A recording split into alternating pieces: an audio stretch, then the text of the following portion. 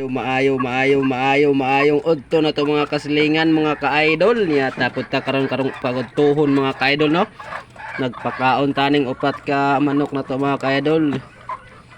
Tagupat sa ta mga ka-idol kayo mga kasilingan wa man tay pangita ning manok ka mga kasilingan mga ka-idol nang upat lang sa atong buyo na nani mga kasilingan mga ka-idol no atong gipakaon karong udtuhon mga ka-idol para bilis lumaki, bilis makarne. Wow!